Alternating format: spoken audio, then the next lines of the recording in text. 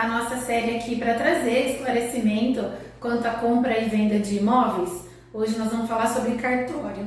E aí, então, gentilmente, Fabiano Lazarim, escrevente do primeiro cartório de notas daqui de Bauru, hoje vai bater esse papo aqui com a gente para trazer as questões aí que a gente entende. Ele até passou esse feedback para a gente, que são as questões que as pessoas mais têm dúvidas, tá bom? Fabiano, obrigada, viu, de você vir aqui para participar com a gente. Obrigado, eu agradeço da oportunidade de esclarecer alguns fatos, algumas situações que ocorrem no dia a dia das pessoas e muitas vezes, por desconhecimento, acaba trazendo algum problema lá na frente. E parece um bicho de 7 cabeças, né? Às vezes é um pouco. Mas agora, então, aqui a gente vai elucidar as principais dúvidas para a pessoa entender que não precisa ter trauma, né, nesse momento do cartório. Então, Fabiano, acho que seria legal você contar pra gente aí no primeiro momento o que é um cartório. Tá. Um cartório é um local onde são prestados serviços que são delegados pelo Estado e são autorizados pela Constituição Federal. Então, é onde um particular presta um serviço público, entendeu?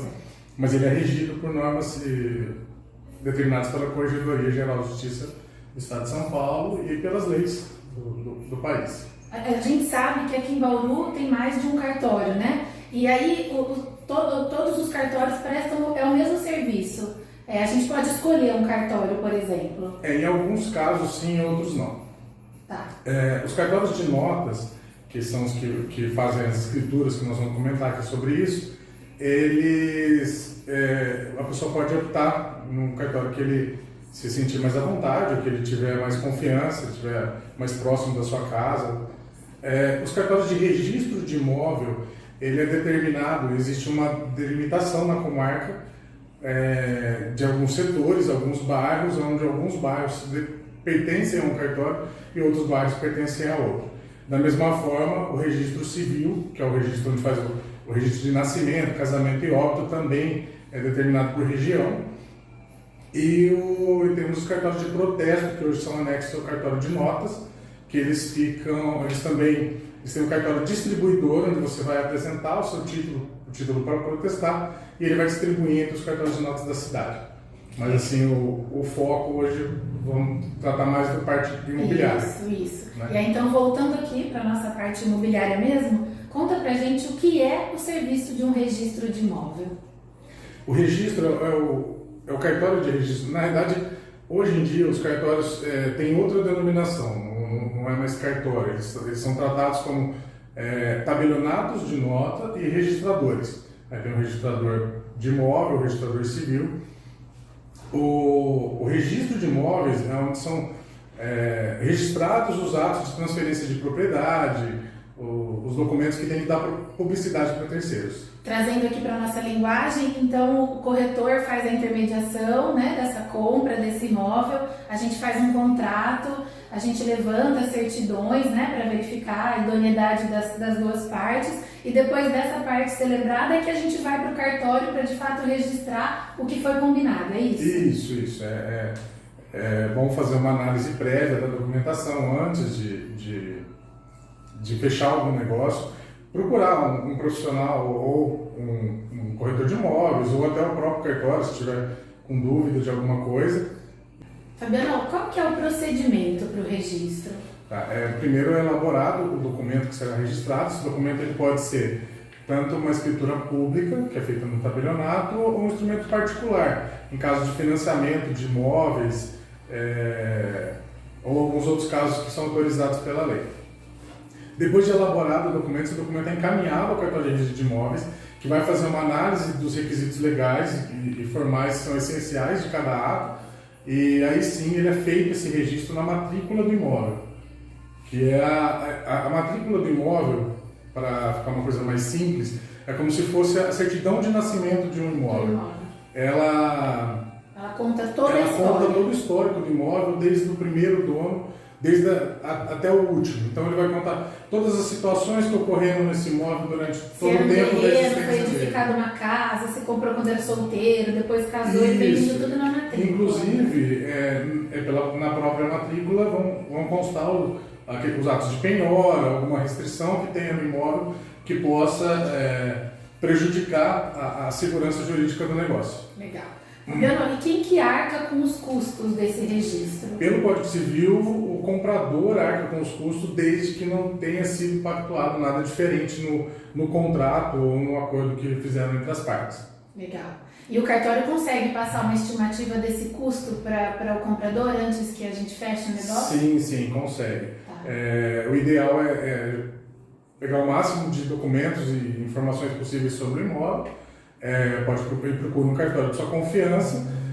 Esse orçamento não tem custo nenhum, essa análise de documentos não tem custo nenhum. E nós, corretores de imóveis credenciados, podemos fazer isso também. A gente pode, fazendo parte do nosso atendimento para o cliente, a gente levantar todos os custos, os documentos levar para você, e você passa para nós, o cartório passa para nós esse custo. Isso, não precisa ser o dono do imóvel verdadeiramente para pegar essa informação. Pode levantar a documentação, inclusive até fazer o próprio profissional que é habilitado, né? Corretor de imóveis, o advogado pode levantar todos os documentos, todas as certidões e fazer já uma pré-análise para só depois se dirigir ao cartório de notas e lá vamos fazer a análise final. Legal. E dar prosseguimento a uma transação. Mais uma importância aí de procurar um corretor credenciado e profissional, porque daí ele vai te trazer todas essas informações de maneira clara e com bastante cuidado para levantar todas as certidões possíveis. Então, Fabiano, conta pra gente quanto tempo isso pode demorar, qual que é o prazo desse processo? O prazo do cartório de notas, ele depende da entrega de toda a documentação necessária de uma vez. Né? O cartório de notas é um ato único, então, a partir do momento que entregou toda a documentação necessária, é feita a análise e assim que tiver tudo ok, é só o tempo de preparo, que pode demorar de um dia para outro, 2 dias, até 5 dias, não tem uma regra assim. Mas ele para dentro preparar. do mês, Normalmente, dentro de 5 dias, entrega o documento. O prazo do registro já é um pouco mais demorado. O prazo do registro, via de regra, tem 10 dias para análise e para registro, mas esse prazo ele pode ser estendido e até o máximo de 30 dias. Então, até o máximo de 30 dias. Legal. A gente falou que na matrícula do imóvel, ele vem contando, né, o histórico do imóvel. E eu até citei, se a pessoa comprou solteiro, depois ele casou e vai registrado lá na matrícula. Queria que você falasse pra gente, então, qual que é a importância do registro civil na matrícula? O Estado Civil, que consta na matrícula, ele é extremamente importante porque ele vai dizer quem são os proprietários do imóvel naquele momento, porque a pessoa pode ter adquirido o imóvel quando solteira e posteriormente se casou, optando por um regime de casamento que viesse a trazer aquele imóvel para a propriedade do cônjuge também. Legal. Então, e às vezes, mesmo que o cônjuge não tenha uma parte da propriedade, a maioria das vezes ele tem que dar anuência, tem que dar concordância nessa transação, ele tem que assinar concordando com isso, mesmo que a pessoa tem adquirido quando solteiro em alguns regimes de casamento, tá? Casamento, né? Não são todos. Em alguns regimes tem as exceções que não precisa da assinatura do cônjuge. Legal. Agora vamos falar um pouquinho de escritura? Vamos. O que é a escritura do imóvel? A escritura é o ato praticado pelo cartório de notas, onde constam todas as cláusulas, as condições, tudo que é acordado entre as partes é transcrito nesse documento. E ele é como se fosse um contrato mesmo, só que ele segue alguns requisitos formais que a lei determina. E esse documento é o que vai ser utilizado para apresentar no cartório de registro e efetivar a transferência da propriedade. Legal. E como é que a gente faz a escritura do imóvel?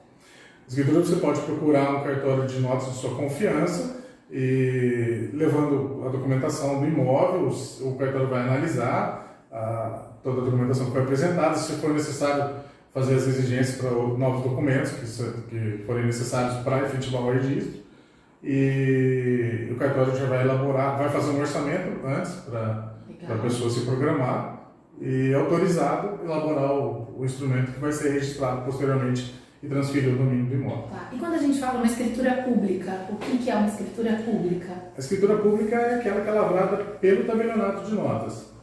Ela é pública por quê? Porque ela é um instrumento que qualquer pessoa tem acesso. Tem acesso.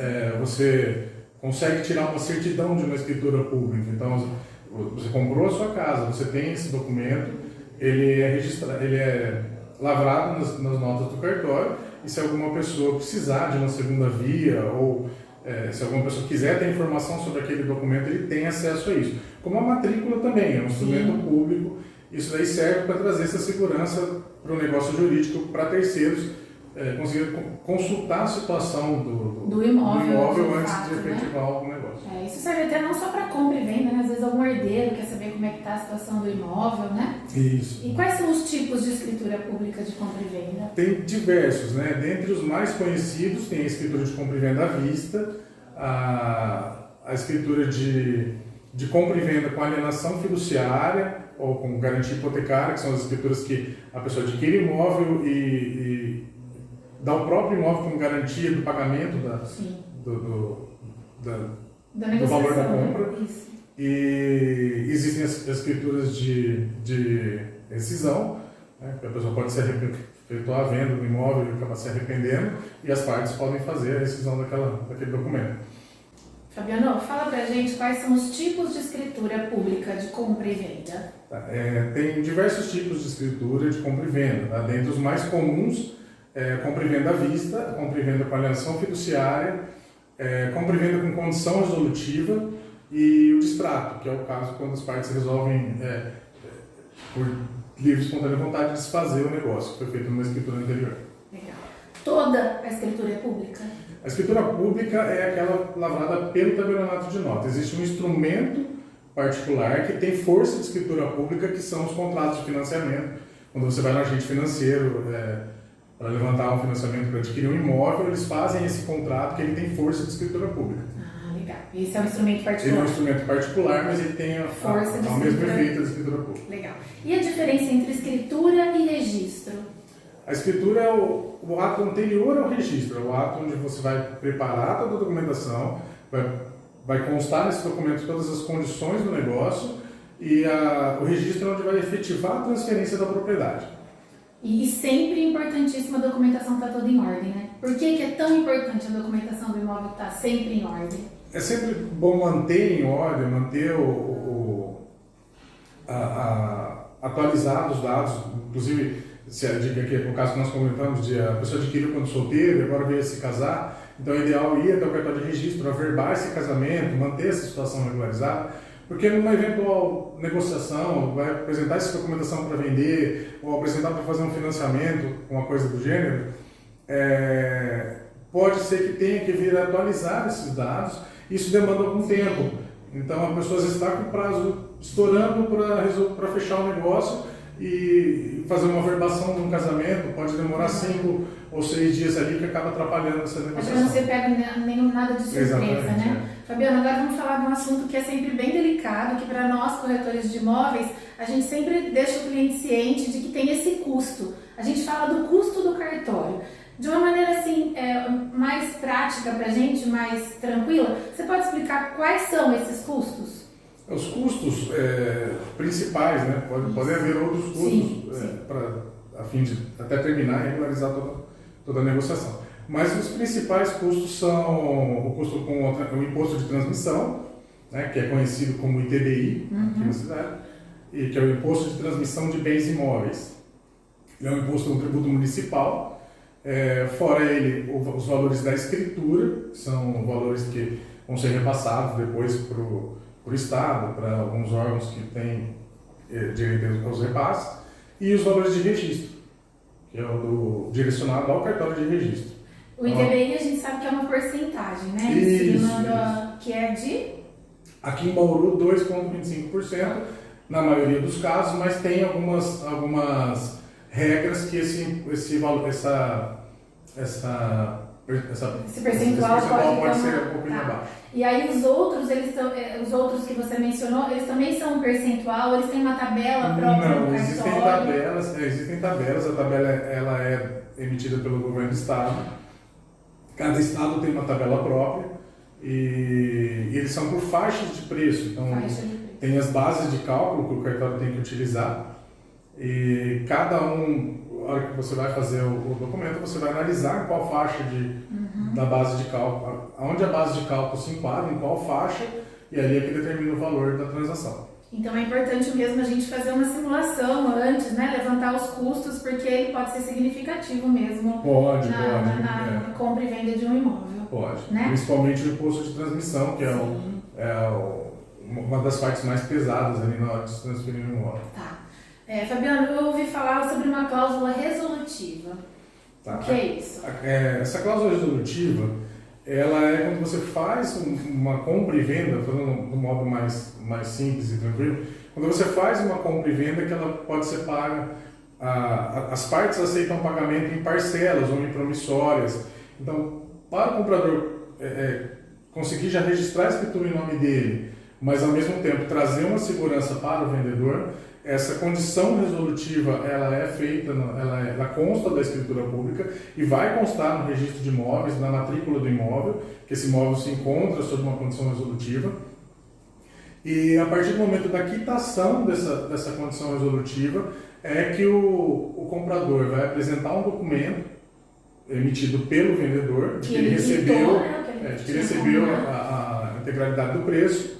E só assim ele vai poder dispor do imóvel, porque mesmo o imóvel estando em nome dele, ele vai ficar indisponível enquanto não houver resolvido essa condição. Então, deixa eu ver se eu entendi. Essa resolutiva, ela é como se é um parcelamento direto com o dono do anterior do imóvel. Isso. Não é um financiamento bancário, Exatamente. Uma tratativa direta, isso vai constar Exatamente. Legal. Fabiano, então vou resumir aqui numa linguagem mais prática para ver se eu entendi. Essa cláusula resolutiva é quando eu estou comprando e eu estou parcelando direto com o dono desse imóvel. Não vai entrar um financiamento, é um parceladinho direto com ele. Isso, exatamente. Isso. É feito parcelamento entre as partes, esse parcelamento consta no instrumento, na escritura pública, consta no cartório de registro e fica o imóvel disponível até que se quite o parcelamento. Tá. E se não quitar? Se não quitar o parcelamento, tem duas situações. Vamos falar primeiro, quitando o parcelamento, não é necessário fazer um outro registro. É só uma declaração do vendedor dizendo que quitou aquela dívida e apresentar isso no cartório de registro de imóveis, onde vai ser feita uma averbação, que é um custo bem mais reduzido do que o registro. Tá. No caso do não cumprimento da condição resolutiva, não basta só fazer essa averbação. Aí depende de uma sentença judicial. Então, tem que procurar um advogado, entrar com um pedido judicial e nessa sentença é onde o comprador vai ter o direito de se defender, de questionar qualquer coisa em relação ao cumprimento ou não dessa cláusula. Entendi. Então tá bom. Então a gente encerrou hoje aqui com o Fabiano, foi muito esclarecedor, agradeço muito, sua disponibilidade. E se você ainda tiver dúvidas, a gente continua aqui totalmente à disposição. Se quiser mandar alguma dúvida específica, até do bate-papo aqui que a gente teve com o Fabiano, vai ser um prazer continuar respondendo.